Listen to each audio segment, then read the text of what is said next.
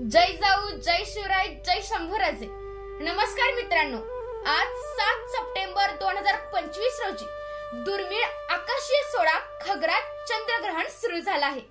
संध्याकाळी 8:58 वाजता ग्रहणाला सुरुवात झाली आणि 9:57 पासून आंशिक चंद्रग्रहण स्पष्टपणे दिसत आहे। सर्वात सुंदर क्षण म्हणजे ब्लड मून, पूर्ण चंद्र लालसर रंगात दिसणार आहे।